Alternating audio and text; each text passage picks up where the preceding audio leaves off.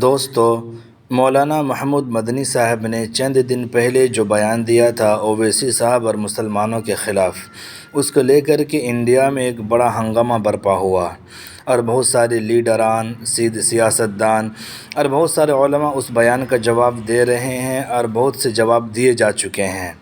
ابھی یہ ماحول ٹھنڈا نہیں ہوا تھا کہ مولانا محمود صاحب نے پھر بہت خطرناک بیان دیا۔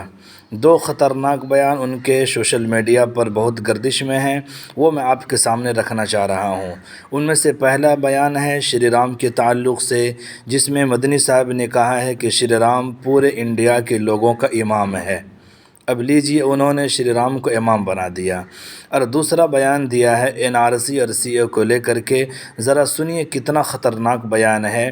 یہ دونوں بیان اس بیان سے کہیں زیادہ خطرناک ہیں، ذرا آپ خود سنیے۔ اور اردو کے کچھ شعر سنانا چاہتا ہوں، ہو سکتا ہے سمجھ میں آئے، ہو سکتا ہے نہ بھی آئے، میں سمجھانے کی بھی کوشش کروں گا۔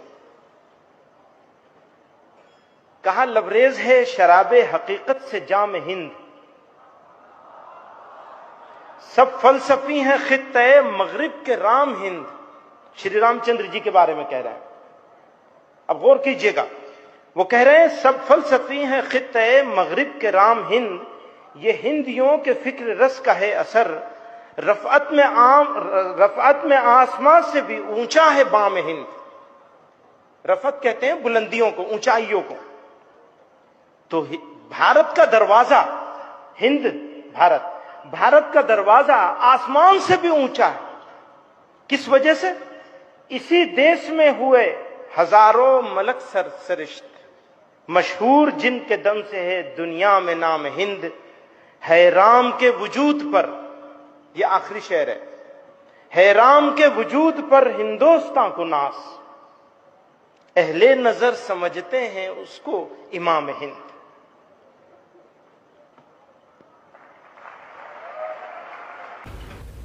ملکوں میں رہنے والے غیر مسلم اگر اپنے آپ کو انسیف محسوس کر رہے ہیں اور وہ انڈیا میں آنا چاہتے ہیں تو انڈیا کو انہیں اپنی سٹیزنشپ کا ان کے لیے کھولنا چاہیے، ویلکم کرنا چاہیے، ان کو دینا چاہیے۔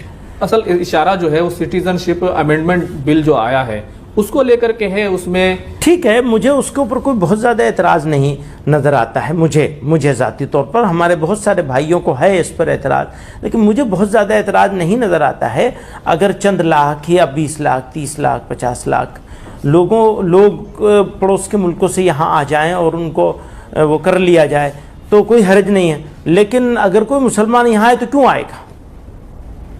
اپنا ملک چھوڑ کر مسلمان اپنے ملک کا چھوڑ کر یہاں میرے ہاں کیوں آئیں گے؟ نو، مجھے کوئی مسلمان نہیں چاہیے یہاں، مجھے نہیں ضرورت ہے کسی مسلمان کی۔ باہر سے کوئی نہیں آنا چاہیے، بالکل نہیں آنا چاہیے۔ بلکہ کوئی مسلمان اگر اس طرح سے گھسپیٹیا بن کر کے یہاں آئے تو ہمیں اور آپ کو سب کو مل کر کے اسے نکالنا چاہیے۔ کیوں؟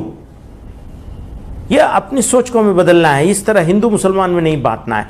پر مسلمان کیوں آئے گا مسلمان ملک چھوڑ کر کے؟ بھئی مسلم اکثریتی ملک ہے نا، بنگلہ دیش ہے، پاکستان ہے، افغانستان ہے، وہاں سے کوئی مسلمان کیوں آئے گا؟ کیا ضرورت ہے مسلمان کو یہاں ویلکم کرنے کی؟ نہ آپ کو ضرورت ہے نہ مجھے ضرورت ہے۔ اب جس طرح سے آسام میں 12 لاکھ نان مسلم NRC سے باہر ہو گئے ہیں تو یہ فیصلہ آسام کے لوگ کریں گے نا، آسام کے لوگ کریں گے کہ انہیں رکھیں گے یا نہیں رکھیں گے۔ میں کیوں ہوتا ہوں اس میں بولنے والا کہ ہاں رکھو یا نہیں رکھو؟ نو، مجھے کوئی ضرورت